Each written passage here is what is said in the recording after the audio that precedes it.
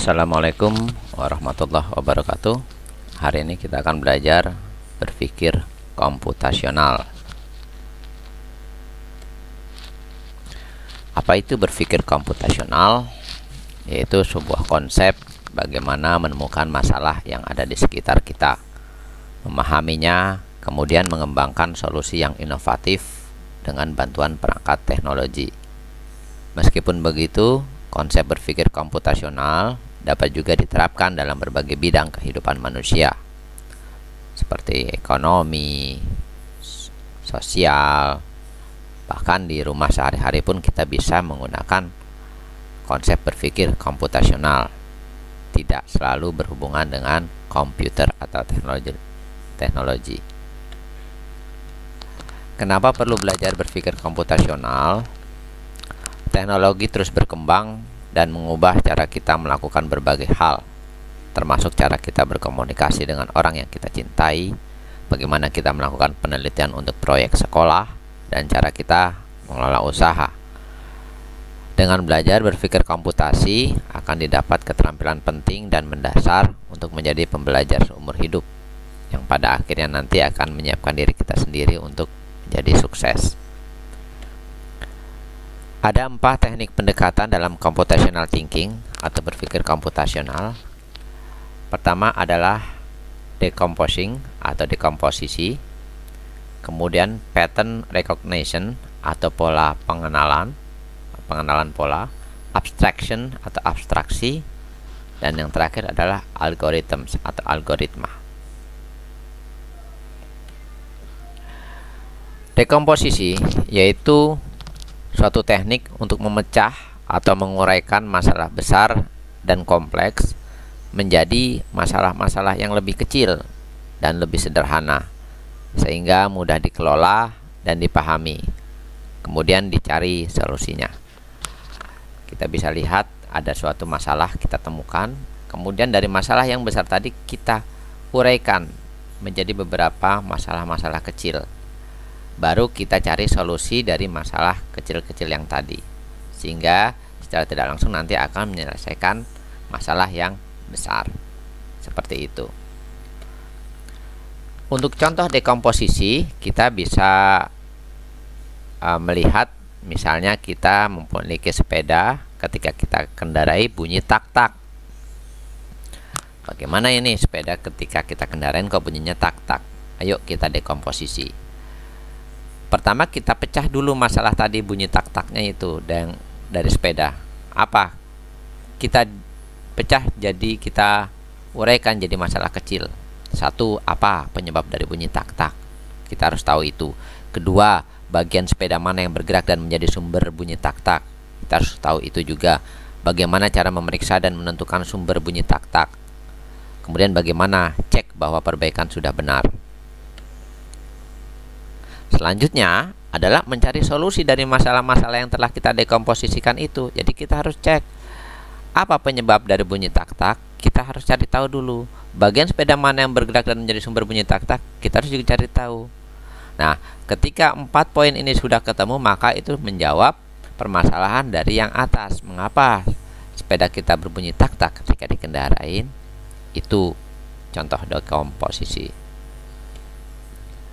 Pengenalan pola, kemampuan melihat persamaan atau perbedaan pola yang terdapat pada masalah-masalah kecil yang telah diuraikan pada proses dekomposisi untuk menggunakan solusi yang efisien.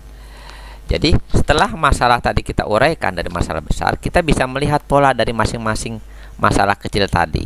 Contoh, saya ingin buat rumah, kemudian saya lihat rumah umumnya ada yang seperti ini. Ada 2 rumah saya umpamakan. Saya bisa melihat polanya. Oh, untuk atap biasanya mereka pakai yang segitiga, maka saya buat segitiga. Oh, untuk dari pintu atau pintu depan memakai pola lingkaran, maka saya memakai lingkaran. Begitu seterusnya. Untuk contoh pengenalan pola agak berbeda. Kita kembalikan ke suatu persoalan matematis. Misalnya ada deret bilangan 2, 6, 10, 14, 18. Jika ditanya bilangan ke 6 berapa, maka kita harus mengenal pola dulu. 2, 6, 10, 14, 18. Kira-kira polanya apa? Ya. Maka ditemukanlah polanya. Ternyata setiap bilangan ditambah 4. Dimulai dari angka 2. 2 tambah 4, 6. 6 tambah 4, 10. 10 tambah 4, 14. 14 tambah 4, 18. Ini polanya. Berjumlah 2 sehingga dapat diketahui bilangan ke-6 adalah 18 ditambah 4. Jadi 22. Pola tidak dibatasi dengan perubahan bentuk, tetapi juga dapat berupa perubahan angka, perubahan arah, dan berbagai wujud seperti daun, pohon, perputaran planet, dan lain sebagainya. Kemudian abstraksi. Abstraksi itu adalah suatu teknik untuk menemukan informasi yang penting dan informasi yang tidak penting. Kemudian membuang informasi yang tidak penting sehingga kita dapat fokus pada hal yang akan dilakukan. Jadi abstraksi intinya adalah membuang informasi yang tidak kita butuhkan atau tidak penting. Contoh, tadi di gambar ini ada 6 bulatan, 3 bulatan merah dan 3 bulatan putih. Kalau kita ingin membuat bola bowling, maka dibutuhkan berapa lingkaran?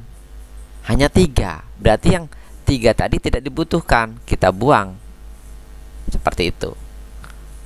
Untuk lebih jelas kita lihat contoh abstraksi. Misal ada rumus luas persegi panjang P kali L, panjang kali lebar, maka ditanya berapa luas persegi panjang ABCD. ABCD ini adalah suatu persegi panjang. Diketahui bujur sangkar warna merah dengan ukuran 2 cm, persegi panjang lainnya berwarna oranye dengan ukuran 4 cm. Bagaimana mengabstraksinya? Berdasarkan rumus luas persegi panjang, maka informasi yang penting adalah nilai panjang dan lebar. Hanya panjang dan lebar dari persegi panjang ABCD. Sedangkan warna bangun tidaklah penting. Sehingga kita bisa fokus pada informasi yang penting saja. Maka didapatlah luas persegi panjang ABCD, panjang kali lebar. Panjangnya adalah 4 ditambah 2 dikali 2. Sehingga luasnya adalah 12 cm persegi.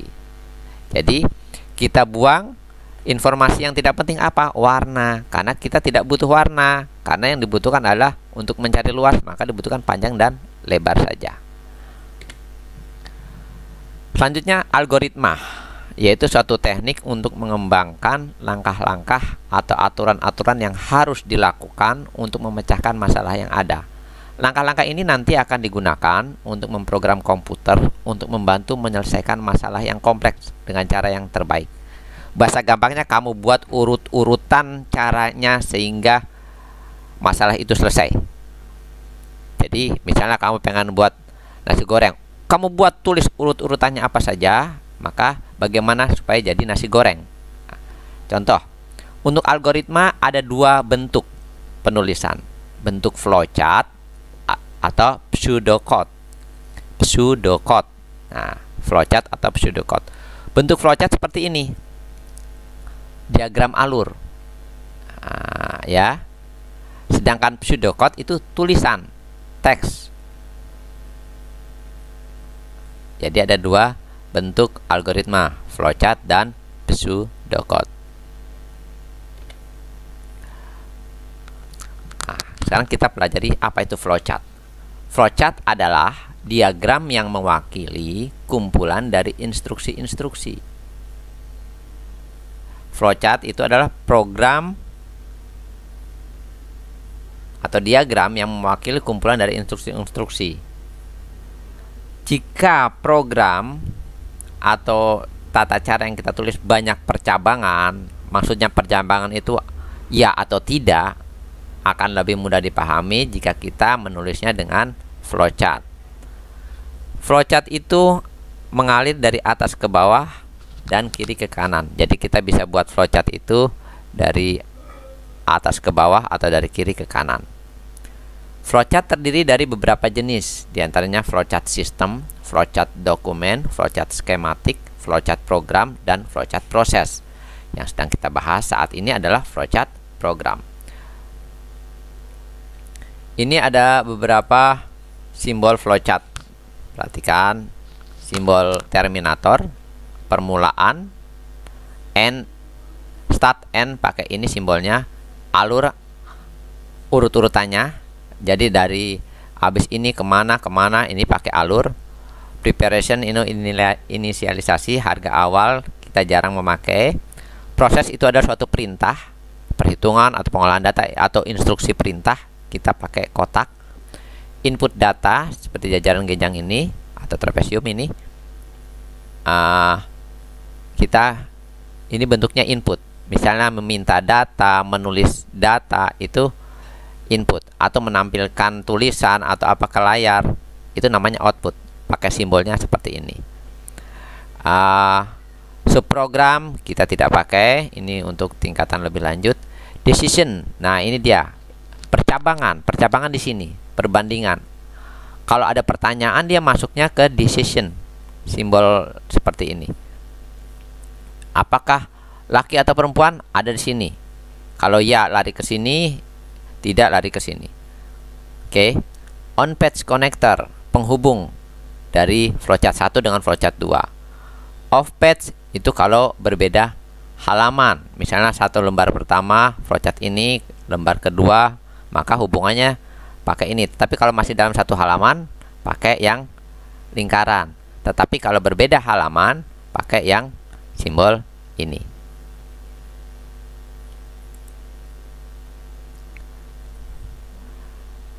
Perhatikan contoh flowchart. Terminator mulai, selesai. Input, decision, proses.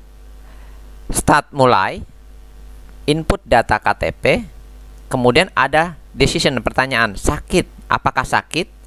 Kalau ya, buat alur perintah, cek dokter, perintahnya, instruksinya adalah cek dokter. Tapi jika tidak sakit, maka isolasi diri. Selesai.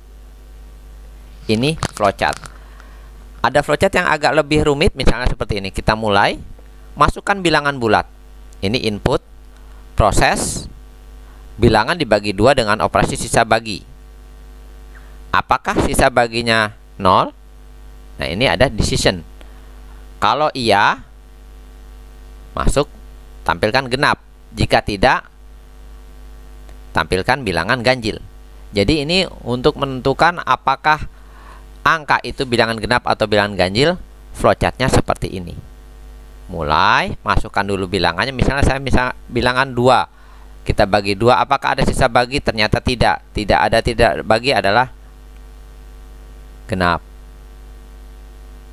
Ya, jika masih ada sisa bagi, ganjil. Jadi seperti itu. Pseudocode.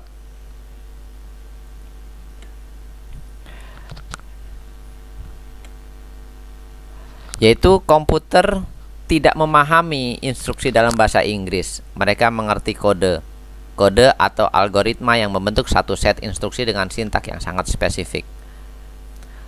Tetapi sebelum menulis kode yang komputer akan pahami, biasanya kita diarahkan untuk menuliskannya dalam pseudocode dulu. Sedangkan pseudocode sendiri adalah rangkaian instruksi yang menggambarkan langkah-langkah untuk menyelesaikan masalah. Pseudocode bukan sintak program dan bukan bahasa pemrograman tertentu. Setiap baris algoritma ditulis dalam barisnya sendiri dalam rangkaian perintah-perintah. Untuk memudahkan pembacaan, biasanya perintah dituliskan dengan huruf kapital, variabel ditulis huruf kecil, dan pesan dalam kalimat.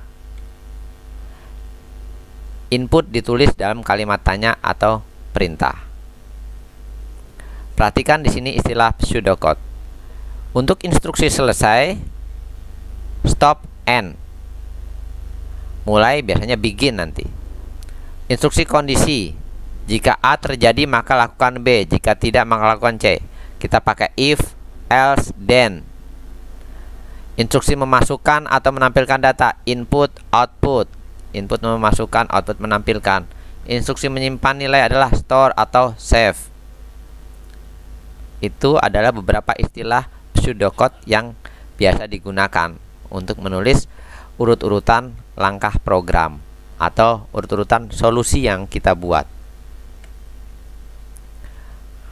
Output ditulis biasanya dalam pesan di layar. Oke. Contoh pseudocode. Tadi kita dari flowchart kita buat pseudocode-nya. Begin, mulai. Input data KTP. If, jika sakit. Then, kemudian cek dokter. Selain itu, jika tidak sakit, atau else jika tidak sakit, isolasi diri. N. Ini pseudocode-nya. Ini terjemahan dari flowchart yang pertama tadi. Ada lagi yang bilangan bulat. Begin, input bilangan bulat. Bilangan bulat mode 2. If sisa bagi 0, jika tidak ada sisa, maka tampilkan outputnya genap. Selesai. Selain itu, tampilkan ganjil. Selesai. Ini adalah contoh pseudocode.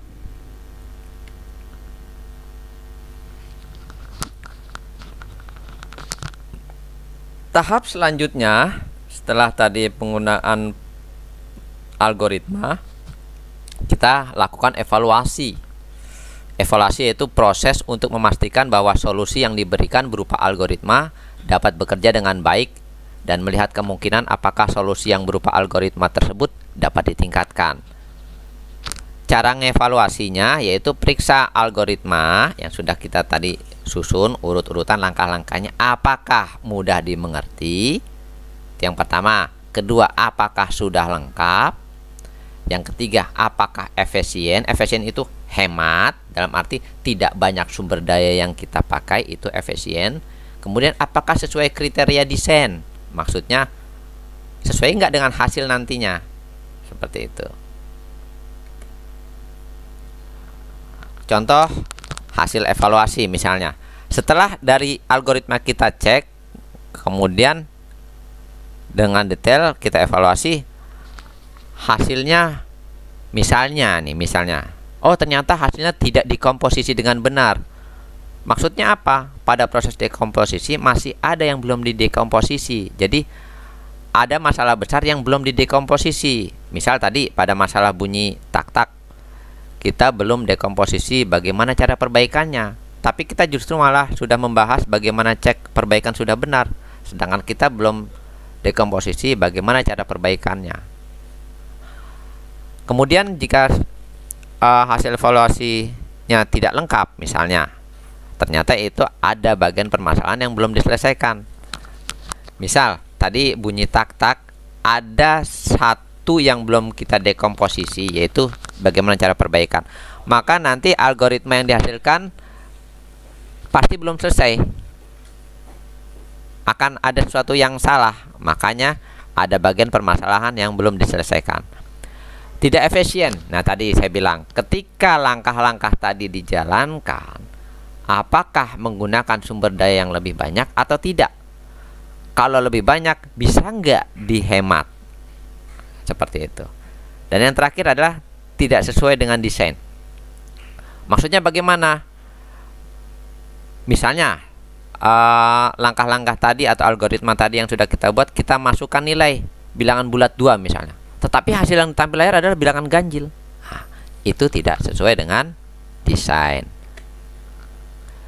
Kesimpulan terakhir, ingat, pemikiran komputasional melibatkan langkah-langkah berikut: dekomposisi, memecah masalah menjadi beberapa bagian, pengenalan pola, identifikasi kesamaan dari masalah yang sudah kita dekomposisi tadi, polanya yang sama, abstraksi, buang informasi yang tidak penting sehingga kita bisa fokus pada yang penting saja, penulisan algoritma, menulis kode urut-urutan yang jelas, step by step, ya.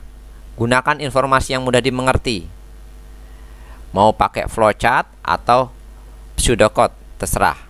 Kemudian evaluasi. Terakhir evaluasi adalah menemukan bug dalam algoritma atau error atau kesalahan dan memperbaikinya, itu evaluasi. Jadi nanti pas saat sudah dievaluasi ketahuan mana yang salah kita perbaiki. Ketika sudah kita perbaiki maka hasil yang dihasilkan nanti akan menjadi benar dan tanpa error. Terima kasih atas perhatiannya untuk hari ini.